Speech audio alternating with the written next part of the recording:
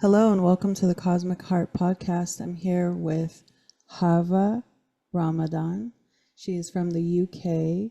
She is a beautiful soul who I found on TikTok and has done spoken word poetry. It has been an honor to be able to experience her beautiful poems and just soul really through her work on TikTok. I did not realize how big your following was until I looked.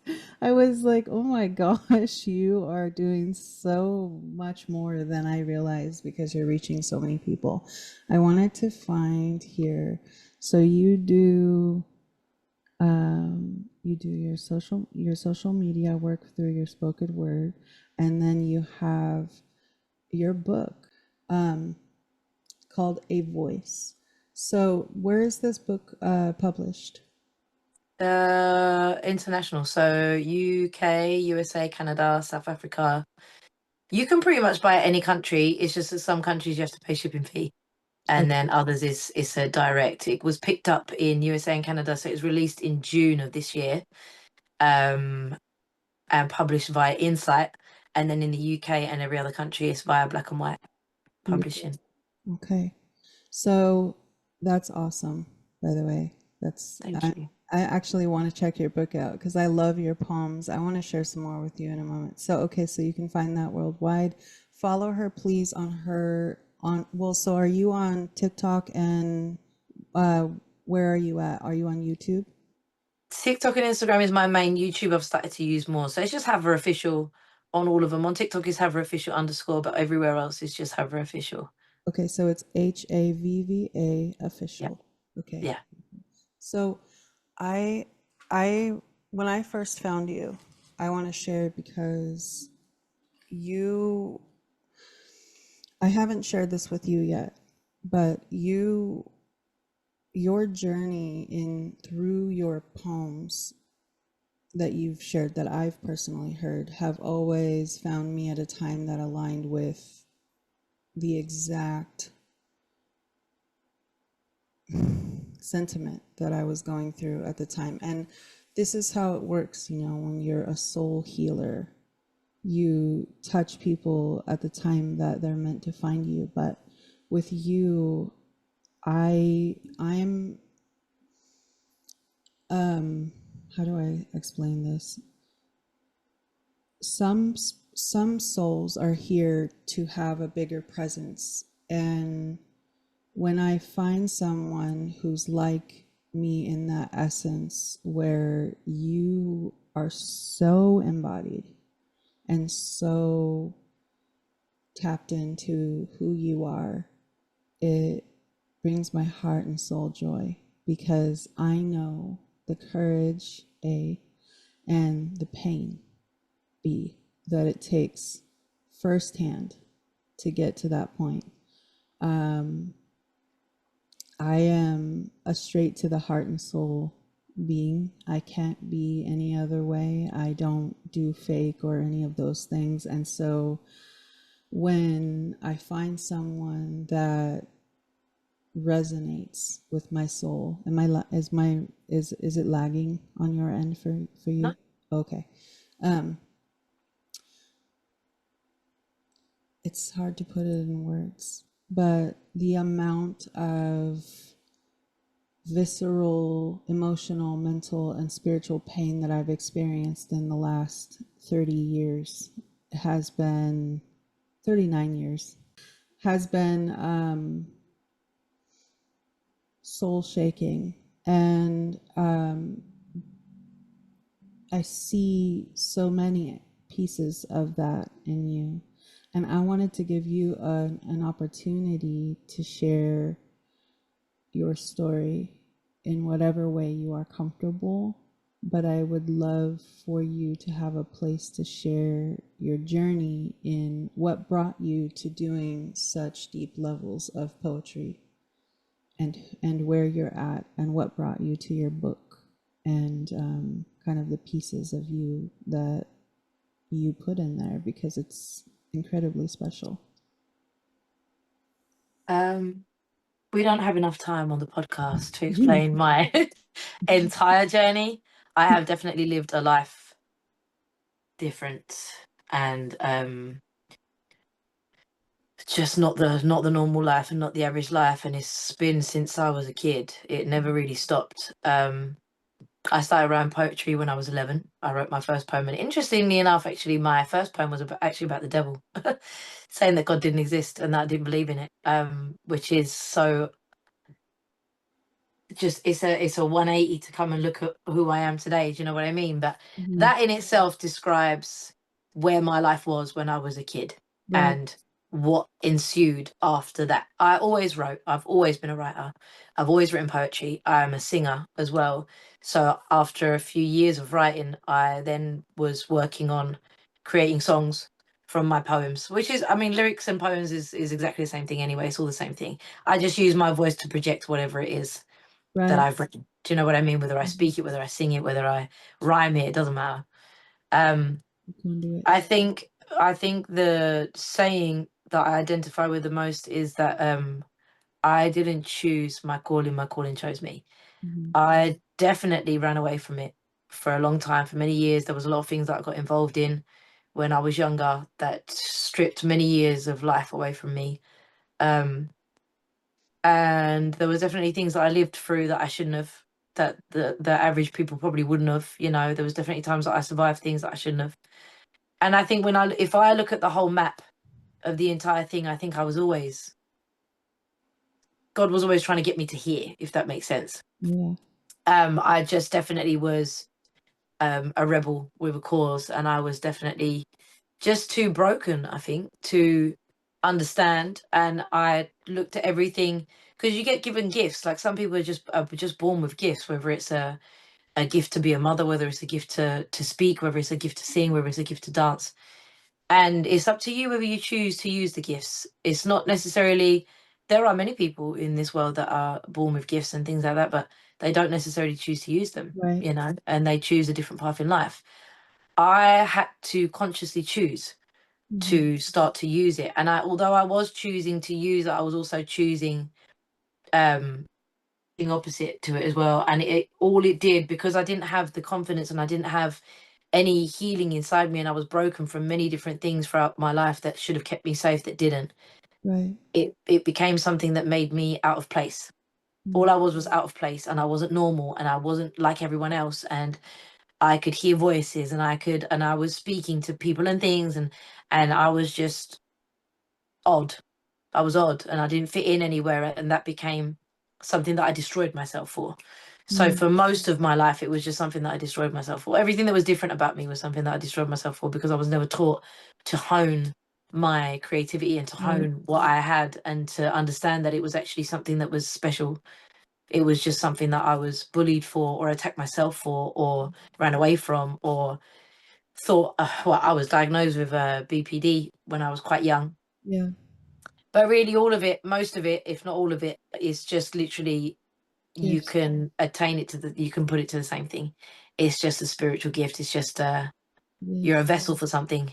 And most of the time, I think people, I don't speak about this very much, but I don't think the words belong to me Uh-huh. quite often. Um, Your channel. and I know that's a very strange thing to say, but I don't feel that they do.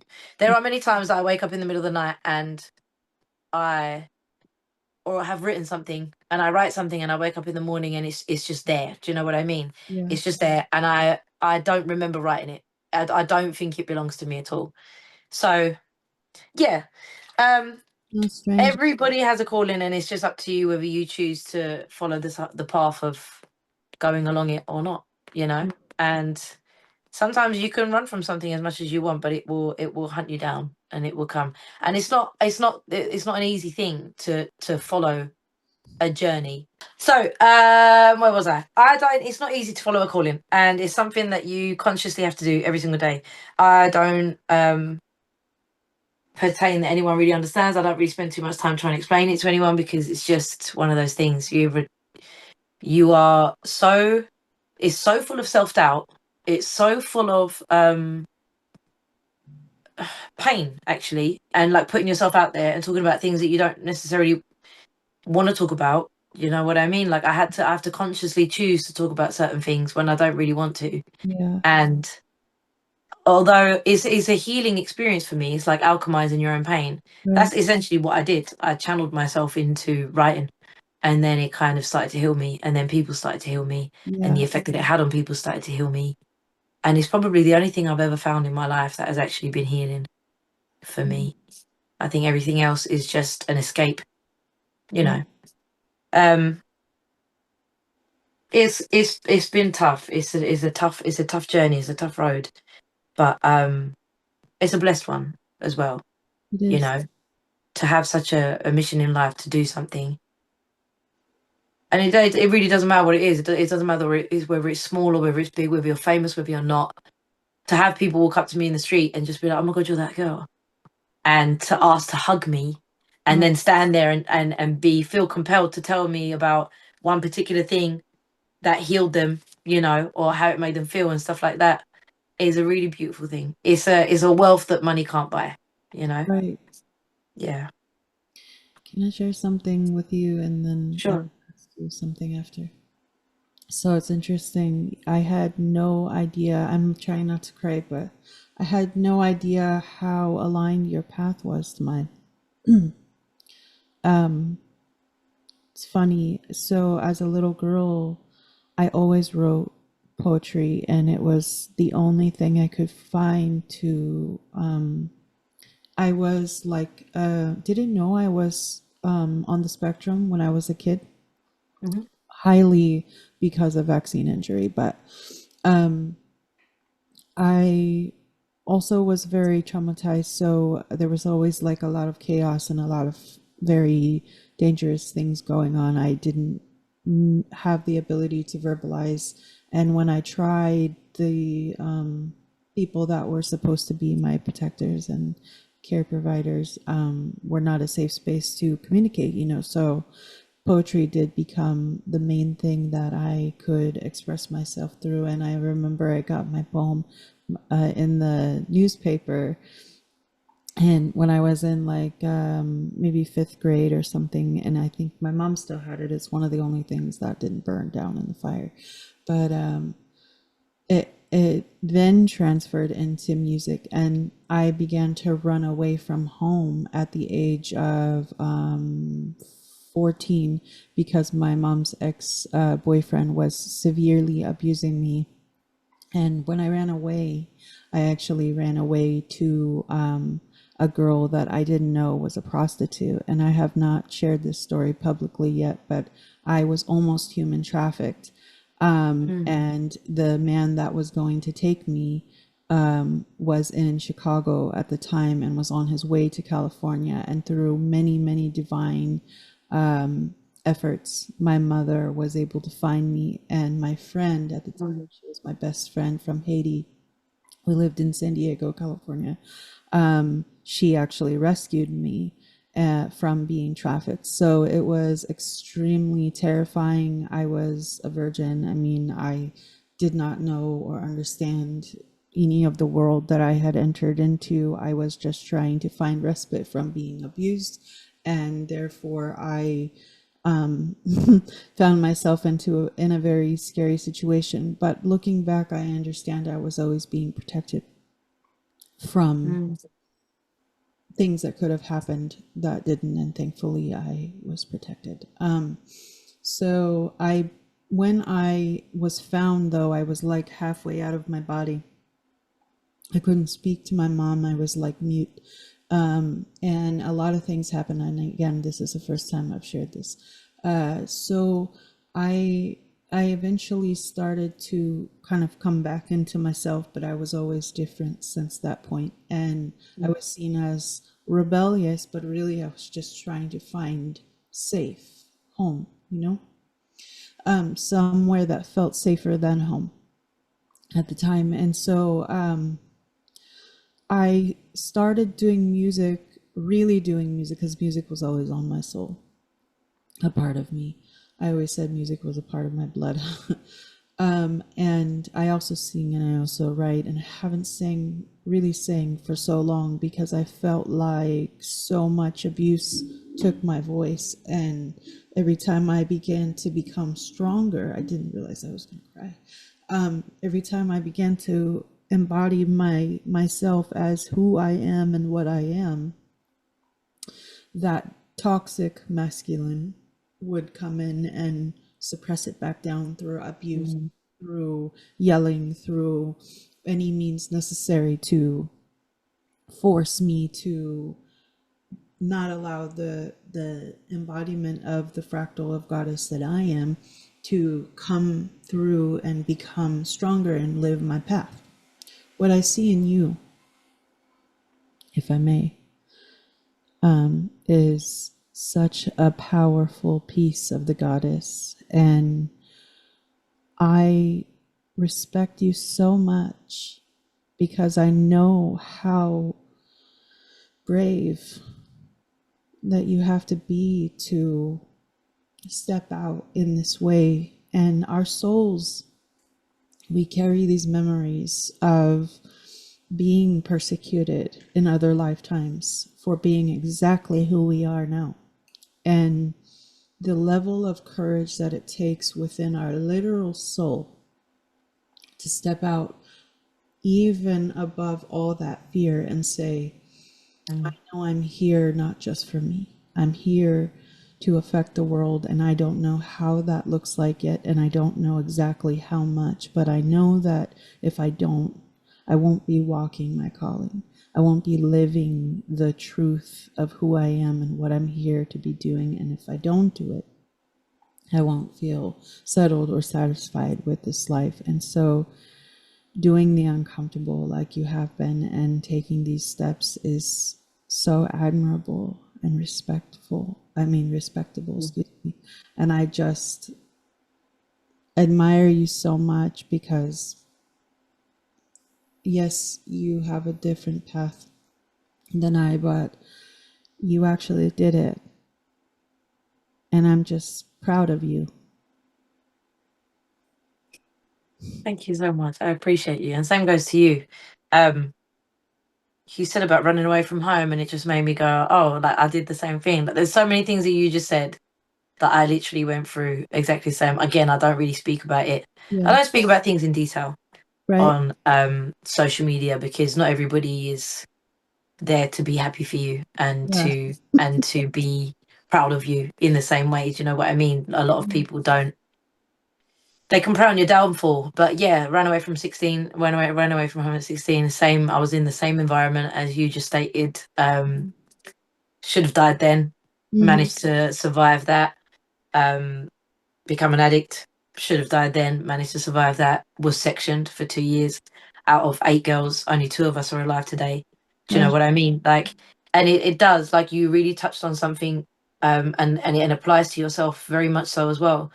It takes so much courage to come from all of that, and then I lose my dad to a heart attack. Do you know what I mean? After I spent years estranged from the family, then I spent 10 years trying to fix the family and trying to show them that there's a better way of doing what we can do and stuff like that, you know, and show him how to love and show my mum how to love and stuff like that, and show them that violence is not the answer, only to lose him quite young. I had like 5 or 6 good years with him, wow. and they weren't it wasn't fulfilling. Like it wasn't, I hadn't forgiven him enough yet, I hadn't had the conversations with him enough yet that I wanted to have and stuff like that, and then he was snatched Yeah, from me just like that.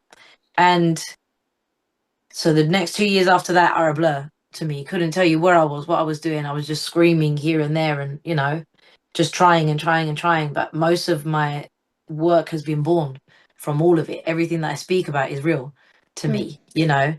um and the same way that you just said, it's just like I also went through not being able to sing for a right, long time, many years. It's like every time I sang, something in me would feel, because your vocal is connected to your emotion.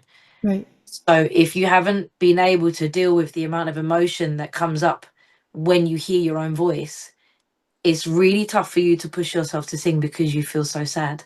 Right. and you feel so broken, and you feel your own pain. The way that other people can say like that they hear the pain in your voice, you feel it. And so it really does stop you from singing. Like there's like throat chakra cleanses and things like that that you have to do and things like that. But it's really hard. It's so hard. Like only in this last couple of years I've started singing continuously because I work for Carnival Cruise. So So I nice. sing every night. I'm on stage every night. I perform Mm. every night, you know? And it's beautiful. It's really, really made me come and become so much more confident on stage and be more confident with my voice and things like that. But it's years, Yeah. years and years and years of pain trapped in a Right. voice. Do you know what I mean? Well, I So do. I really identify with what you've just said, and I appreciate what you just like the sentiment of saying that you're proud of me, and the sentiment of saying that from somebody like you Oh, I mean that that. has endured and experienced stuff like that. You know, it means so much more. So I appreciate it, and the same goes to you. Thank you. Yeah, it's crazy like how much I pushed through because it's like I experienced all those things and then it was like, okay, I'm on track. I'm gonna, and the willpower within my soul, my God. Like I was like, okay, I get to high school and I'm like, okay, I'm gonna go to high school. I'm gonna try my best, and then I'm just like crying here. And then I was like, Okay. okay, I'm gonna just do it. I'm gonna go to school. I'm gonna do my best. And I got expelled from school in 5 days. Um, people were racist. No one understood anything I was going through, or I was heavily traumatized. And then to top it off, they took me to juvenile hall, which I'm literally like just trying to find my bearings. They said I was being too rebellious, and whatever, troubled child, and blah blah blah. Realistically, all I needed was someone to sit me down and say, "Hey, what's going on?" Mm. They And in our millennial upbringing, it just didn't. We just didn't have it. It just no, didn't exist. It no, didn't exist. We didn't have. I mean, for better or for worse, sometimes I think it's gone a little bit too far in the opposite direction. However, we were raised with nothing. right, There was no, what we were talking about, what we were experiencing was just like taboo. Do you know what I mean? Nobody wanted to speak about it. Nobody understood it. There wasn't all these labels for all these mental health illnesses and things like that. You know, it was just like you're like, if I heard voices, then I needed to be in a mhm, mental institute. Like right. that's it. There was no BPD. There was no bipolar. These things didn't exist. You know what I mean? So Well, I've always yeah. had. So then they stick you in juvie because what else are you gonna do? There must be something wrong with you. Like Right. instead of anybody just sitting down and saying, "Hey, like, do you need some help?" Well, yeah, and when I started vocalizing the fact that had also gifts and things, and I would share, I'm getting this information from here, or I know this thing from here, or I knew that was going to happen. I started having mental breakdowns because I couldn't alchemize or process. Yet I did not even know I was an alchemist. First of all, I couldn't process or transmute any of the emotion or trauma that I had been through. Then I got put in a hospital because I'm trying to tell my mom, like, I literally am not okay. I need help. I needed a Mm. hug. My mom put me in a mental hospital, and I was locked away in a mental hospital Mm. over the holidays, no less. So I was like, trying to figure out how to process all this thing. These people put me on a this is interesting. The things I'm sharing today.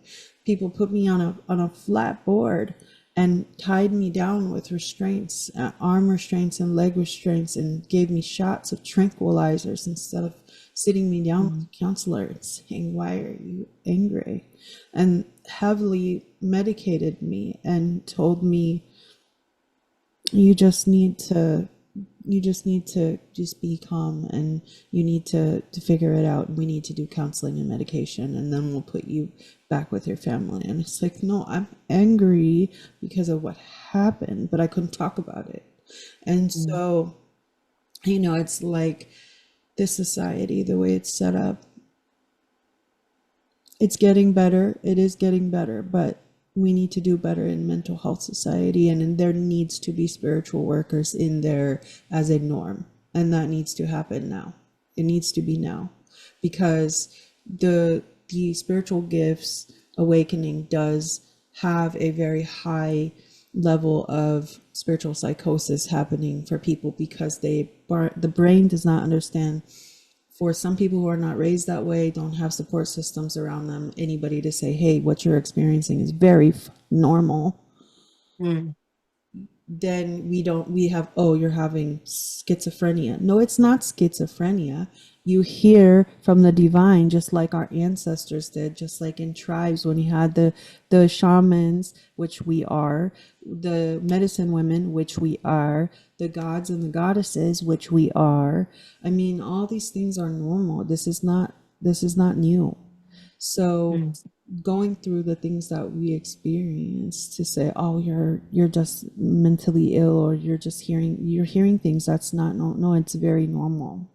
It's very normal. Yeah, I mean, obviously, there's a another side of it that is actually schizophrenia, and Oh there is yeah. another side of it that is actually borderline personality disorder. But yeah, Yeah. if I had somebody around me, and there's certain cultures that do really, really would have raised me with so much knowledge about it, and they would have really sort of embodied it with me and Mhm. helped me to understand it and nurture it Mhm. instead of making me feel like I was just a psycho, you Right. know. And I was like 10, 11, 12 when Mhm. these things started happening. So I was a kid. I was so young, and I just was like, there's something wrong with me. There's something wrong with me. And then you can't talk to people about it. I couldn't talk to my family about it for sure. So I turned to addiction like really, really young, really young. Mhm. And that was all just because I couldn't speak. And even the picture on the book is the embodiment of that journey, because it's got lips and then it's got a safety pin through Right. the lips, and that was literally me throughout my life. And you're right, we do need like spiritual workers with certain people, because it's important. It is. It's important, and it's a side of the world that we don't really explore and have time or space for. But it's help, and there needs to be more that's done in the mental health Yes. department. I'm actually flying to America tomorrow to speak at a suicide rally for a young girl that managed to get her hands on a gun and shoot herself. Mm. And she was in a mental institute literally the same day she left the mental institute. So they're petitioning and rallying so that people with mental health issues are not able to get a license to get a gun if you've had any kind of mental health history. And I live in the UK, so we don't have access to firearms or anything like that in this country. And even when they spoke to me about it, I was so surprised that you can get a firearm when you've had a history of mental illness. That is bewildering to me. I just find that absolutely crazy. Right. Um, and yeah, so it is something that I aim to speak on and work on. Where are you I know to? I do things poetically, but I try to. Sometimes people don't want to listen to you when you speak directly about something. Do you know what I mean? Like people don't want to be told anything. They don't want you to lecture them. They don't want just another politician type person Right. speaking about something. So when I put things into a poem and put music behind it and make it poetic, sometimes it hits ears differently. So I try to do it in a different approach to What be you able to connect to ears that don't really hear or don't want to hear it in other ways, you know? You're a channel. I try to be. No, you are. You just are naturally. You know, it's funny. I was just looking at your glasses, and I was in the upstairs. I was doing some eyeshadow real quick. So time zone calculator was off, and I literally, I'm always guided, but I literally was like, why am I being guided to put on these glasses? I have these glasses. They're my because I wear prescription glasses. Yeah. They're gold frames and they're hearts. And I just looked at your glasses. Oh wow. These are like signature glasses for me. If you ask any of my friends, I That's wear like everyone knows me for these glasses. yeah, So that's yeah, that's interesting. yeah. Well, it's funny. So my first pair of glasses that I could buy myself, because we were technically homeless actually when I left my ex-husband, and we put everything in storage. We had to escape. I had to get restraining order, etc. We I literally, the first time I could buy myself new glasses once we got into our new home, I said, I want the heart shaped ones. Mm. Those are important for me. And so I that's the first glasses that I bought myself in a long time. So it's funny that those are your we have so many things that are aligned. It's so interesting. Yeah.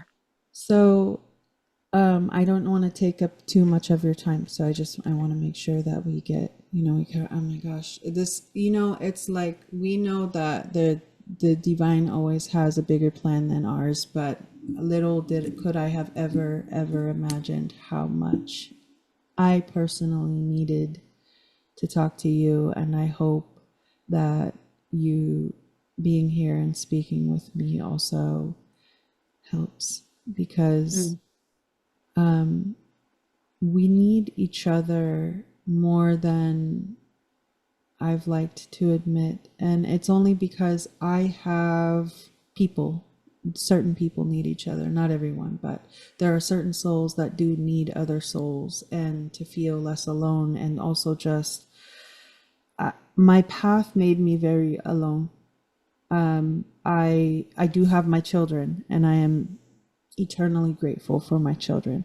Outside of my children, just with other adults, I have been extremely alone, and every friend that I've tried to have over the years,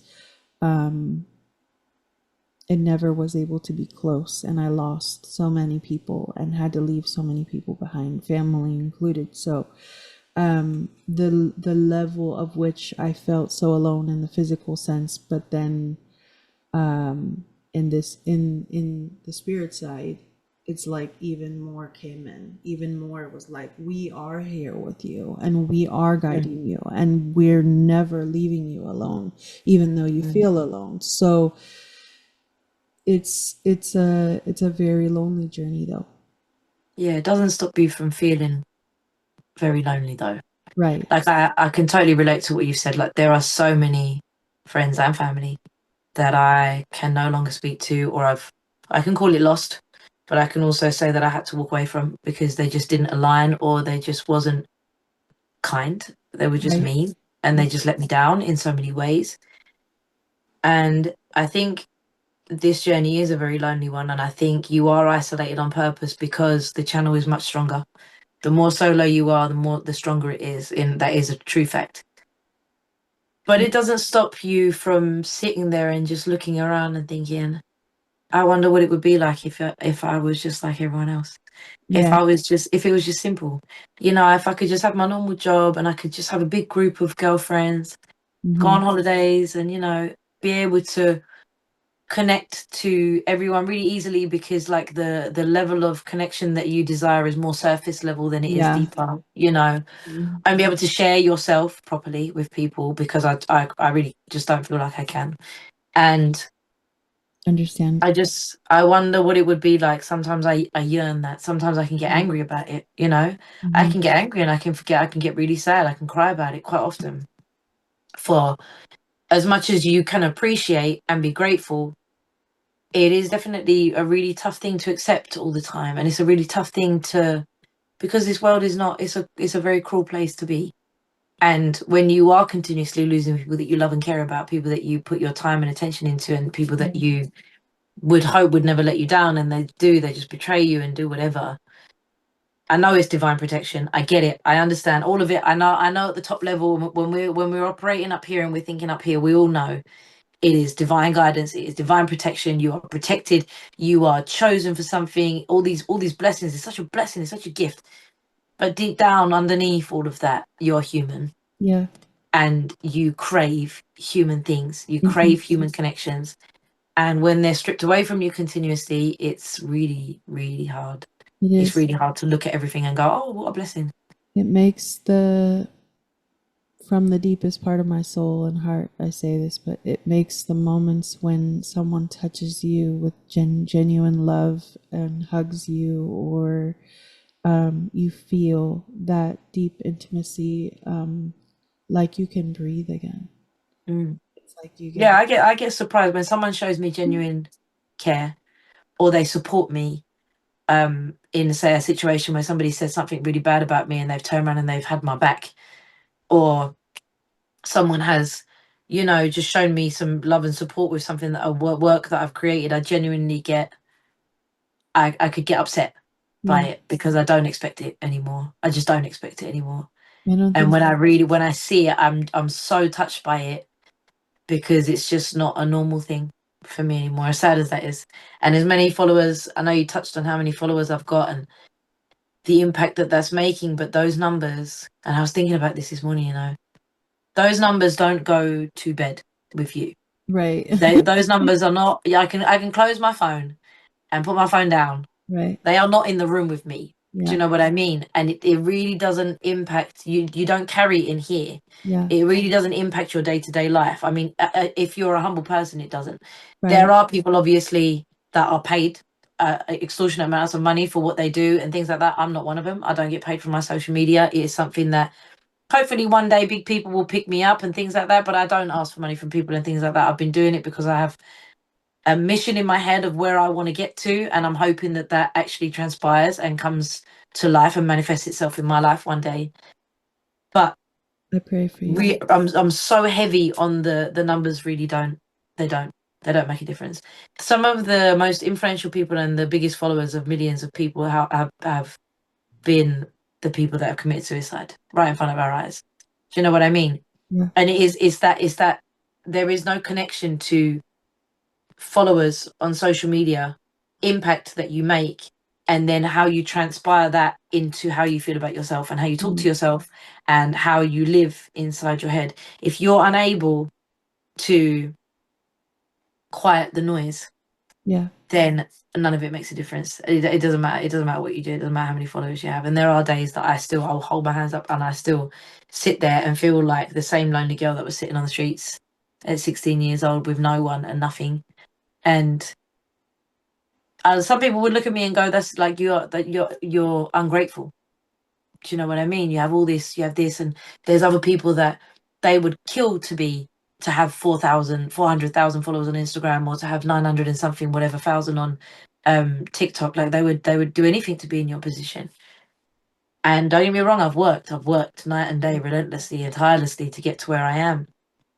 But if it doesn't fulfill you in that way, if you can't fix the things that are going on inside and find a peace, it's definitely find a peace, a place of peace in your mind, you'll struggle no matter what. Yeah. You'll struggle no matter what. It won't transpire into anything in your life. You'll still walk around the most depressed person. The Mm-hmm. most, how many influencers do we see that they're doing all their makeup and whatever and they're just so happy, blah, blah, blah. The next day, they'll come on and be like, right, I've got to do a really vulnerable post today. And they're crying and they're talking about how much they've been struggling, but they haven't shown it. And these people are millionaires. These people are people that have millions of followers, millions of pounds, big house, big family, all this kind of thing, and everything looks like it's perfect in their life, yet they're crying on camera. Yeah. Do you know what I mean? Because Because they don't know how to deal with it. They don't know, it doesn't really make a difference. If it's broken in here, it's broken in here. And if it's broken in here, there is nothing the external world will be able to do for you. It's a self love, it's a God and a self healing journey that you have to go on.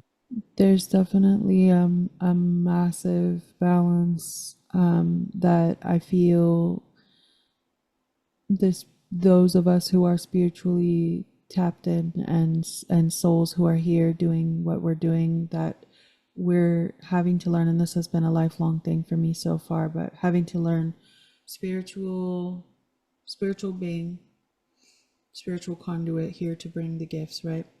Doesn't need to mean living with like the swamis and the gurus where there's absolute Mm, zero money and zero prosperity and all the things, and you're just only eating to sustain the body and keep it alive, but not thriving, not living abundantly, not having.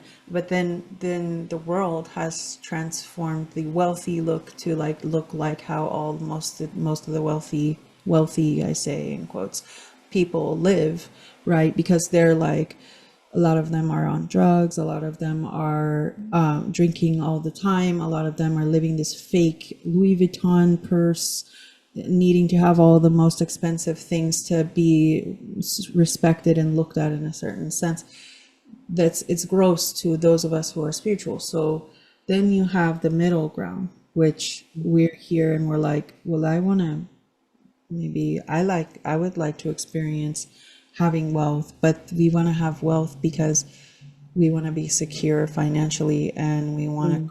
do good things with it. I want to have wealth because I want to make sure that my children are set long after I'm not here anymore. And I want to have wealth because I have all these goals that I've had all my life to do good things and bless others with it. These are my Mm. goals. So then you have those of us who are working towards this wealth, but then we have this mental thing where it's like, yeah, but I don't want that kind of life. So Yeah. like here we are in this middle ground trying to find the like how do I achieve that level of money but keep all that other stuff away from me Yeah. but not live in poverty and not feel guilt because we have money because we Mm. so deeply for those who don't.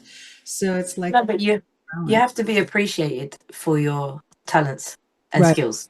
Otherwise, it's self-deprecating because you feel like you're just continuously giving, giving, giving, and then you're not receiving anything in return. I think the one thing that I have learned is that I need the numbers because I want to make the impact right. on a large scale. So I need it. Yeah. But um I also you need to be paid for your talent and your skill, because You. if you don't, you tend to start to reject what it is that you do and how it is that you do it and things like that, because you can't turn around and look at your family struggling and you for them and then and appreciate your gifts at the same time. Do you know what I mean? Yeah. You need to have a 360 environment that is what you receive to what you give to what you get in return. Right. And it's okay to feel that way. I get so down when I just look at everything and I just go, God, like I'm not even earning, and sometimes I look at it and I just think to myself, why didn't I monetize it all? Like, why don't I just go down that road and do all that? But I'm an artist, I'm not an influencer, so it's different. I want to be paid for the things that I create rather than brands and things like that. Um, but it is really important to be appreciated for what it is that you do, and I Honor. think that's not I think that's a normal thing to desire. It's You know. honor because I see you as I really do see you as a fractal of goddess. And it's not many, okay, that I will say this to. There are many shards, which is like the small, tiny little fractals of goddess that women all over the world hold. Okay, this is the divine feminine. All women and men hold a shard of divine masculine and divine feminine. But then there are fractals where the higher bigger soul of goddess fractals itself into certain souls who have been through the cycles of incarnations and lifetime after lifetime of being priestess and high priestess and goddess, and those souls receive this fractal. And because the goddess knows this soul will embody it, and with you I see that you hold a big piece of goddess energy where you are embodied as a divine feminine. And with that, we deeply within the soul don't ask for a lot, but it is nice. It is not just nice, it is a deep reverence that we look for within the soul where we're like, I'm not even asking you for anything other than just honor. Honor Mm. for the fact that we experience so much pain, so much deep breaking of the who we were to get to who we are to give to you this version of us. Mm. Mm. Mm. Mm. Honor. Mm. It's not anything else. I don't ask for you to pay me $1 million. I just ask you to honor what it is that I experienced to give you this version of me today. And that's Mm. what I want to give you permission to ask for, because you absolutely deserve it. And you deserve millions of dollars, because you're a beautiful soul giving the gift of who you are. And you know what? If millionaires out there can be doing the nasty things that they're doing and think that they're just absolutely entitled to have that money, we absolutely, Mm. absolutely should have abundance and wealth so that we can continue to do the beautiful things that we're here to do, because we're here to Yeah. out the I culture. just I just look at it and I mean there's many times I could have sold out. There's Right, many times that the music industry was offering me everything I could have ever desired as long as I do this. And it right. was like, no, no, no. When I stand up there one day and get an award, I don't want to lift that award knowing that I did things that I wouldn't have been proud of to get there. There surely is a route for people like myself and yourself to become millionaires as well. Surely it's not just by doing all of the things that that we may not agree with that are the only routes. Surely I'm a person that's going to be able to stand there one day and say, see, it's harder, it's a longer road, it's gonna torture you sometimes, but you'll get there. As long as you keep the vision, keep the drive, keep going, you'll get there. It's I worth just want to get to a position where I can say that, and you said earlier, like, we're wealthy people, but I just don't believe. I think they're all rich, but I think to be wealthy, you have to have something that money can't buy. it. Amen. So I don't necessarily look at everybody and think that they're wealthy. And I want to be able to retain that to be able to get there. I don't want to lose that on the way, you Absolutely. know? Yes. Yeah, I've lived by true wealth is all things that money cannot buy. Mm. Um, you you will, and I believe that I will too. But I want to say again, and I say this from my absolute soul, I am incredibly proud of you for standing in your light and not going down that road. I too also could have gone down that route, and I knew for years, and I said for years, I said absolutely not. That is the worst possible route that I Mm. could have taken. And here's the other part. The the goddess energy is heavily heavily abused there. And that's why when you see in the industry all of the depictions of Lilith and all the other aspects of goddess that they embody, have the artists embody, it is always trying to embody it in the darkest form possible. And it's Mm. to ravage and abuse the sexual energy of the goddess, to use it as a tool of manipulation of the psyche and the body and the energy. It's not ever been used for good. And so you would not fare well in the other side of that industry, but you will do absolutely beautiful staying in your light and standing your ground and doing it the honorable way. But yes, it is a much longer road. But I hope so. I feel like you're closer than you think. I hope so. I'm tired. I feel I've recently, even this morning, actually, I was laying in bed crying. I don't do that very often anymore, but this morning I really was, and I was just sitting there thinking, I don't cry a lot either usually. yeah, I was just laying there. I was just having one of those moments where I was just thinking, what more do I have to do? Yeah. How much longer is this going to take? Am Mm. I too old? Am I past it?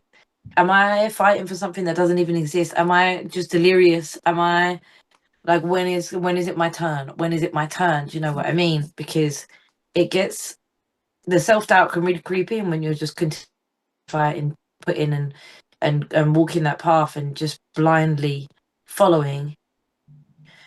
And then you just feel like I haven't retired my mum the way that I wanted to. I haven't bought a house the way that I wanted to. My income is still from a job that I have to work as well as the things that I'm doing, and I don't really want to do that anymore either. And I can't stop. So you get I get down. I get Yeah. down a lot. I don't pretend ever to be a person that is just like I have a very strong character. I know I do. I come across very strong. I'm very confident. I'm very um I've got eye blinds on. I don't allow the outside to influence me too much. I know who I am, I know where I'm going, I know what I'm doing.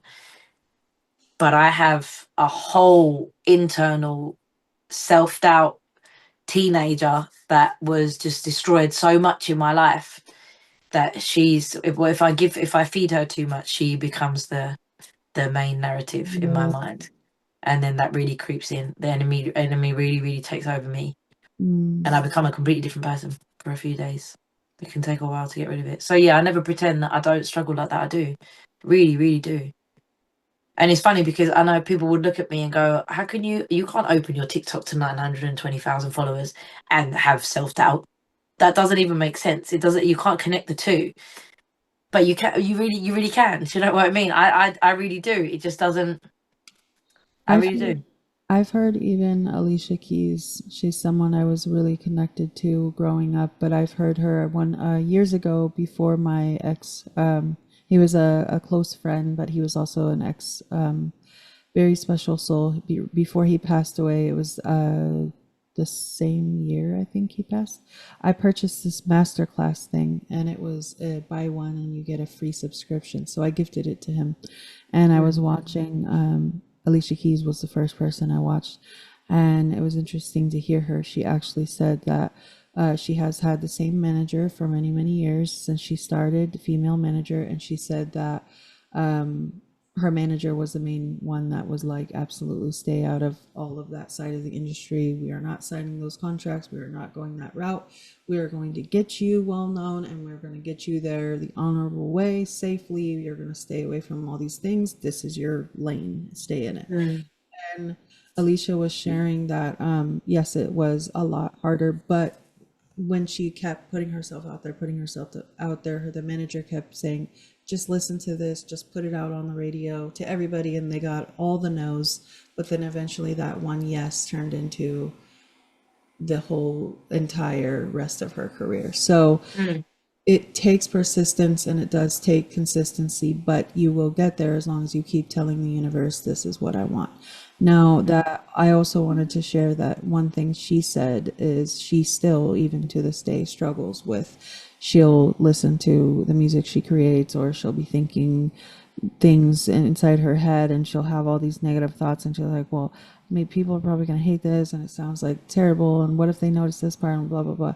And she says that she has to, even now she has to go, okay, that voice just needs to shut up. That's not helping mm. at all right now. So even people like her still have that happen, just so you know, you're not alone. It happens to me too, but I mean, people who have already made it, people who are staying in their light and are in the lane of not being in the groups that are not so good for us in the music industry, and staying pure, still struggle with those self-doubt thoughts, because I am sure that she also was the teenager that was struggling and Mm, didn't really know how to channel all those beautiful things that she had to give to.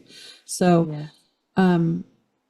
you, in my soul, I know you came to me for me to also help you amplify your energy, because one thing that I am and one thing that I do is I have, and I know my following is small right now, but there's a reason, because I hid for a really, really long time, and I also rebelled.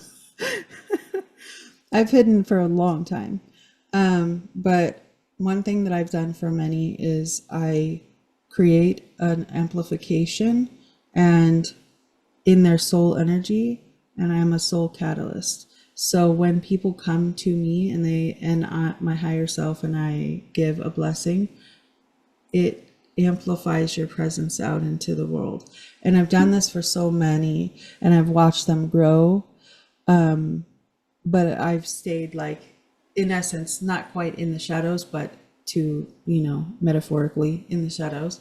And Sure. so I actually, it's funny because I said, I'm not going to keep doing that for everybody anymore because a lot of people didn't appreciate and honor. But I was going to say, I want to give you a blessing and it'll be off here Mhm. to assist you in being helping you to be the catalyst to your success because I hear you, and when you say you're tired, maybe there are a handful of others that can understand, but I understand deeply where you're coming from. I also want to say before we close this out, I have this saying coming to me, and I've always said this my whole life, but I always said the universe will move mountains to bring two souls together. And the biggest tragedy is when they don't embrace the opportunity and the moment. I don't believe at all that there's any sort of coincidence that our paths have been as similar and same in so many ways. And also, I never cry the way that I have today. I have that effect on people. It's just that is a very me thing. Yeah, you do. You are very powerful. And I say that being the most powerful soul that I know. Okay, so I'm saying you're very powerful. And I Thank don't you. ever say that in an ego sense. I just Mhm. say that because I was forced to accept myself who I am, rebelling against it for so many years. And now I'm like, okay, whatever, I'm this. Mm.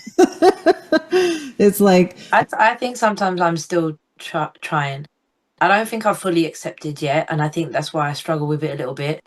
I think sometimes I get this like little voice that goes to me, "You're delusional. no, You think that you're more special than you are. You no, think that you're better than everyone else, or that you have some sort of gift, but you don't. You're just talking like you're like I feel like not shame is not the word. Yeah, probably sometimes actually I feel guilt and shame it's for an thinking that I might be different to everybody else, or that I might be special when I'm not. I'm worse. it's an implanted self-doubt mechanism that was planted into you to disrupt your path. I would like to have you read a poem for the world so that you can share your beautiful book that you've created. And also, I would love to close this episode out with something so sacred. And I I really want the world to experience what I have with you and what so many has with you on TikTok because you are such a treasure and a gift. So I'm going to open up for you to read one of your poems now, Hava. Thank you. Okay, so this is my book, A Voice. Um, the poem that I've chosen is actually based on some of the things that we touched on today. So I'm going to read you the one that is called "The Best Is Yet to Come." And I hope you choose to heal. And when you choose to heal, I hope you understand that you will lose the people you love. And when you lose the people you love, I hope you understand that you will feel broken instead of healing. And when you feel broken, I hope you choose to stay the path. I hope you choose to believe in yourself and believe in your journey and understand that the best is yet to come.